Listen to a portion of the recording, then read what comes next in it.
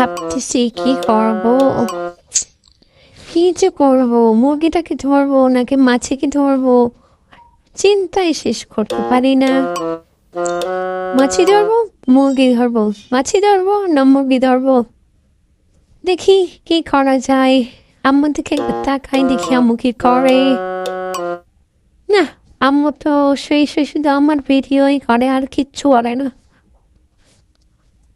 মুরগিটা দৌড়াদৌড়ি করছে, মুরগিকে ধারণ দরকার নেই, একটা মাছি না হয় ধরি। দেখি কি করবি। ধরো এই রোজার দিনে আর আমার ভালো লাগে না, কিছু ধরেও শান্তি নেই। একটু গেলাম ওই সাইডে, এখন দেখি যে মুরগিগুলো দৌড়াদৌড়ি করছে। আমি একটু ভাবলাম যে নিচে নামতে, যে আমার থেকে সব জুতোগুলো পড়ে গেল দাদু ভাইয়ের। ইস, জুতোগুলো পড়ে গেল, এখন আম্মু তো আমাকে বকা দেবে। জুতোগুলো যদি আমি রাখতেই না পারি, তাহলে কেন আমার থেকে বললো তো তোমরা। ভালো লাগে না এইগুলো। মাছিগুলোও খুব দুষ্টু, আমাকে ধরা দেয় না।